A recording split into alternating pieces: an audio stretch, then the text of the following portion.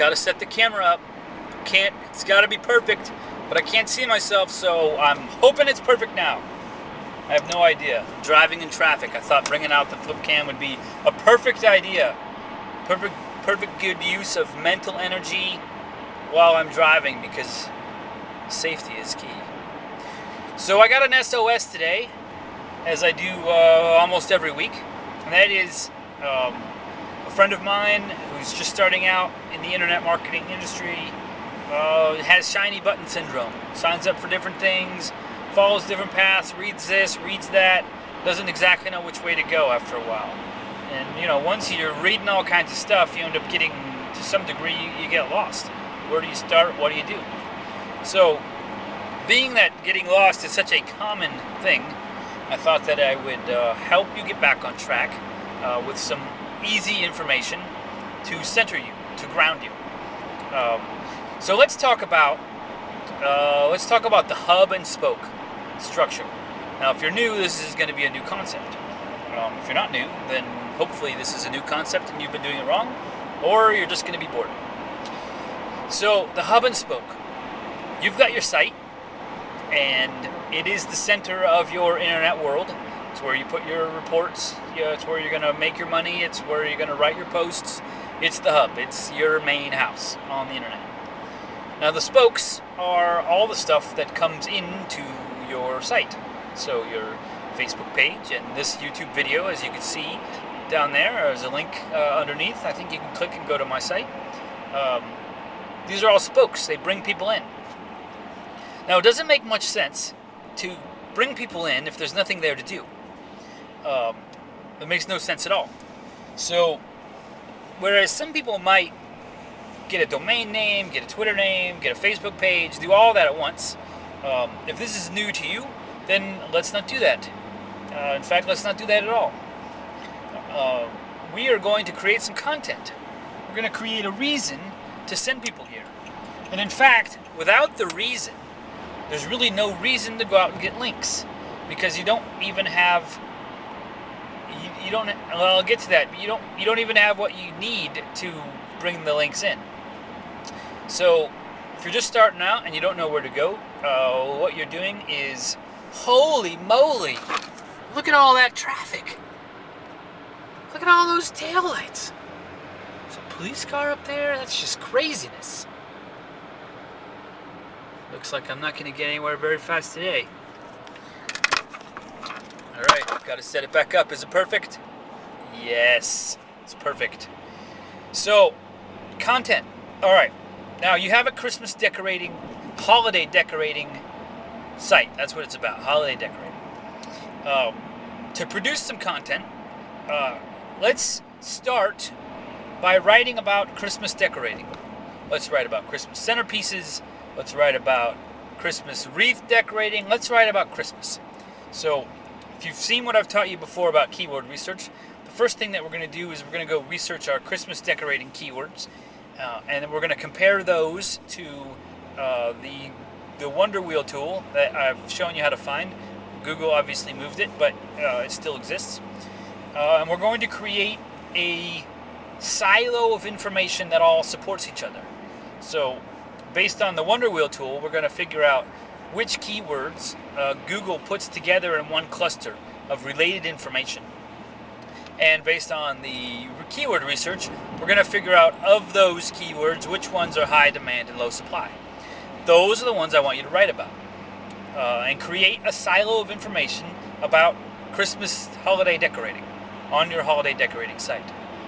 Now, when somebody comes to your site, they of course are only going to see Christmas, because we just started. There's no Leprechaun Day, there's no Arbor Day, there's no All Saints Day, there's none of all the big holidays that you're going to be writing about. All Saints Day, that's funny. So, is there an All Saints Day holiday decorating guide? That'd be great. In fact, I might have to create that. I don't even know what All Saints Day is, but I think I might have to write the ebook, Decorating for All Saints Day. Okay, so that just makes me laugh. Alright, so we're going to create this silo of information, and basically that means that we're going to have articles between 350 and 900 words, on the topics that relate to the keywords. We're going to post them on our site in a logical manner that we've discussed probably in other ways. We're going to schedule those posts so they come out once every 3 days for the first month, once every 2 days for the second month, and then every day after that, or as often as you can after that, because we definitely want, when Google shows up when their bots show up to inspect the site, we want new information to be there all the time. So until they start to see new information, they're not going to come very often. So that's why we're going to space them out farther in the beginning and shorter in the end. Excuse me. Woo! Okay, then once we have some content and you're tired of writing because you've just been doing that for 30 days, we're going to take our keyword map and we're going to cross off all the keywords that we wrote about. So, holiday wreath decorating guide, or how to make a holiday wreath, or whatever that would be. We're going to look at the related keywords to holiday wreath decorating, maybe door wreath or Christmas wreath, and we're going to use those anchor text links to bring traffic to our site. So you're going to go to Twitter and you're going to talk about your holiday wreath page. You're going to start talking about it on Facebook. We're going to write another article and get it out there. We're going to do all the things that we need to do from a link building standpoint, using varied anchor texts that have something to do with our subject to bring people back to our individual articles. Now, this is not the strategy for everyone, but this is a good strategy to get, if you're new, you're just getting started, and you don't exactly know what to do because there's so many things going on. So basically what we're doing right now is we're building a house, and then we're going to start inviting people to the party. But that house is going to be chock full of information about something. It's going to be well-written information. It's going to have images. It's going to have your own personality and spice in it. We're going to space them out, and then we're going to go out and do some link building. We're going to talk about other things. If, in fact, you get to the link building stage and you just love writing, then keep writing, because why not? Writing is good. You might as well do it while you enjoy it. That's the whole point anyway, isn't it? So that's my get out of the rut strategy. Content first, links later. We can add blog forums later. We can add Facebook pages later. We can add Twitter pages later. We can add YouTube videos.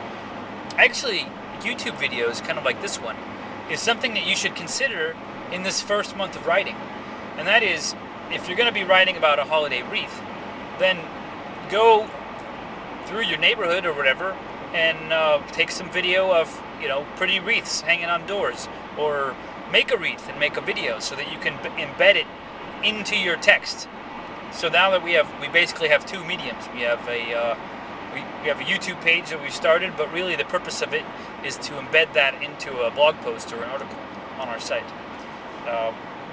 You can do that with Cinchcast, make an audio. You can do that with the Flipcam. You can embed it right on your site. So don't necessarily limit yourself to just writing, but do limit yourself to just content. Video is content. We can do the rest later.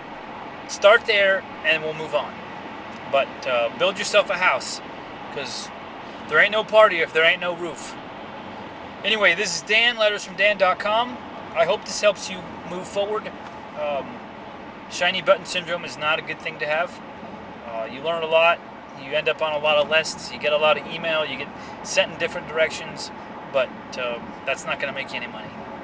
So start writing content. Get to it. And guess what else? P.S. Here's the P.S. Postscript. You don't have to write exactly to the keywords. If you want to write about something, just write. Write the heck out of it. And then we can take that and repurpose it into articles for your blog after we figure out what keywords you should be writing about. We may have to alter some nouns or some adjectives, but still, write, and keep going. Oh, another thing is, how many PSs can we have? Look at that, I'm going around in a circle, and this camera is going to fall. I'm on one of those exit ramps. And if I look directly at the camera, I'll get an email from my mother telling me how much she hates it when I video while I'm driving. So I won't look exactly directly at the camera. That would just be ridiculous. I wouldn't get anywhere, and I would likely get in an accident.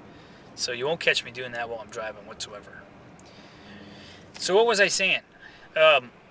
Repurposing. If you end up writing so much stuff that isn't able to be put in, we can't keyword it because you're writing about stuff that no one cares about, then we'll make those autoresponders. We'll make those part of an ebook, which will give it a relevant title. So don't worry about that. Write stuff. Write what you know.